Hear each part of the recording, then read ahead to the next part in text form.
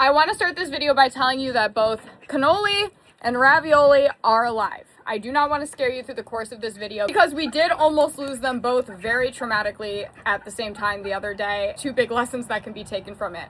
One, no matter how much you know, you're never exempt from accidents. Two, I learned something very valuable about water safety and water safety when it comes to keeping drakes that I did not even know was a thing. They're splashing right now and I'm just so happy to see that. Bear with me if this gets a little rough.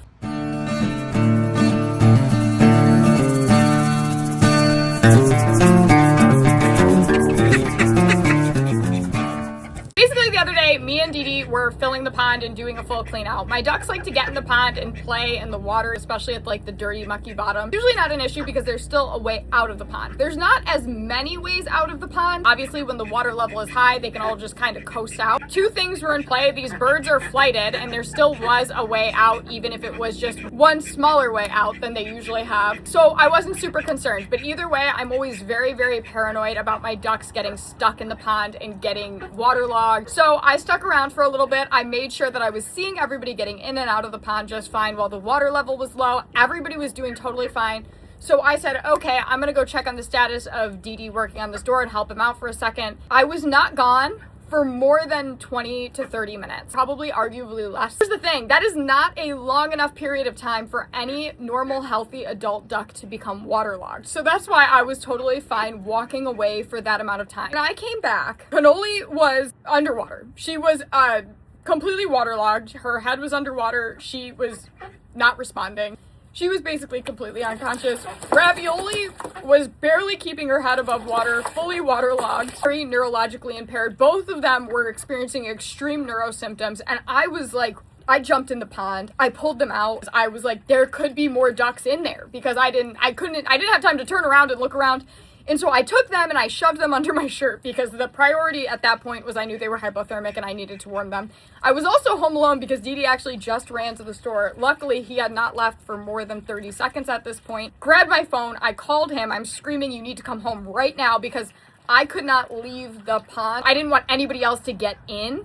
And that happened to them while I was treating ravioli and cannoli, which was a nightmare. I had them under my shirt. I'm warming them against my body. At this point, I genuinely had no idea if cannoli was alive. I heard Dee Dee pull in the driveway. I sprinted upstairs. I started warming them aggressively. A bunch of baby ducks in a brooder. So I pulled all those baby ducks and I threw them in another brooder. I jumped in the brooder, cranked on a heat lamp. I sat in there with both of those ducks, hair dryers. We were blow drying them. And slowly, as we started to warm them, it was probably about 100 degrees in that brooder. Ravioli started to come around, which gave me a lot of comfort because I was like, I cannot lose both of these ducks right now. It took a really long time for cannoli to come around. I was getting super, super worried that she had some kind of like hypoxic brain injury. Cannoli finally did come around, and because of the concerns of aspiration, threw them both into the car and we ran to the vet, and the vet was able to take a look at them. He said if I notice anything change to call him and we'll get a round of antibiotics. We got to the vet, and also while I was treating them, one of the things that I noticed is that they had a lot of drake damage that they did not have prior to this event. So I was very confused. These drakes have never behaved like that. I've never had them do anything like that. I've had these drakes for multiple years, so